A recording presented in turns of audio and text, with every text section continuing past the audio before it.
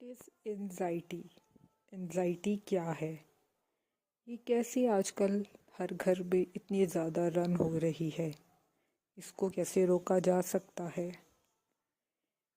देखिए, एंजाइटी जो है वो हर घर में, हर बच्चे में, हर बड़े में, हर बूढ़े में पाई जा रही है।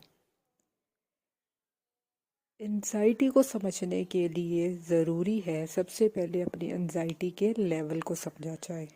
अब एंजाइटी का लेवल क्या है? हर इंसान के अंदर अलग अलग कैटेगरी की एंजाइटी होती है। किसी के अंदर लो लेवल की होती है, किसी के अंदर हाई लेवल की होती है।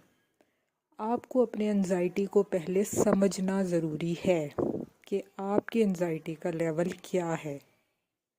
कोई भी प्रॉब्लम जब हमारे अंदर शुरू होती है तो उसके पीछे कोई ना कोई वजूहात लाजमी होती हैं।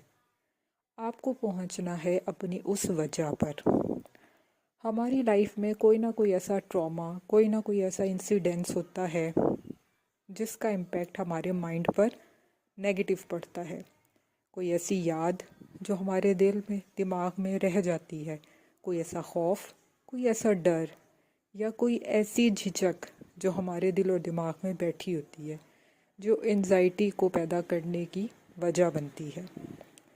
कोई भी ऐसी चीज़ जो हमारे दिल और दिमाग में बैठ जाए, स्टक हो जाए, वहाँ से जनरेट होती है नेगेटिव थिंकिंग।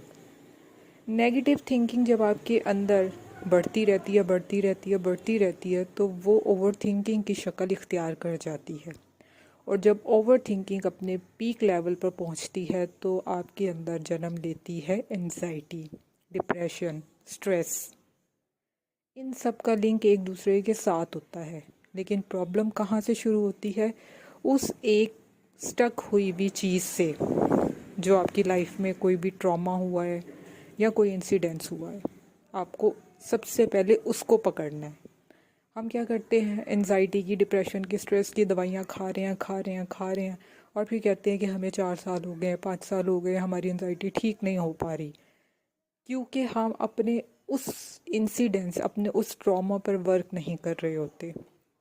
बहुत सारे लोग हमसे पूछते हैं कि क्या एनजाइटी डिप्रेशन का इलाज बिना मेडिसिन के हो सकता है?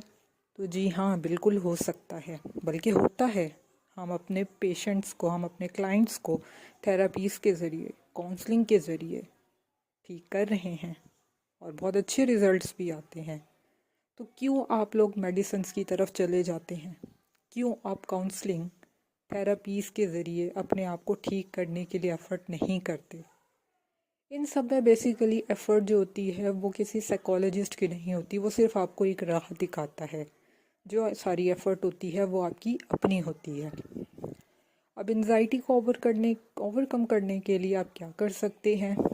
आप अच्छी स्लीप लीजिए, एक्सरसाइज कीजिए, म्यूज़िक सुन सकते हैं, आप वॉक पर जा सकते हैं, आप रनिंग कर सकते हैं, आप कोई भी ऐसी एक्टिविटी कर सकते हैं जिसमें आपका माइंड जो है वो डाइवर्ट हो जाए। एंजाइटी को ख़त्म करने के लिए आपके माइंड को डाइवर्ट होने की ज़रूरत होती है।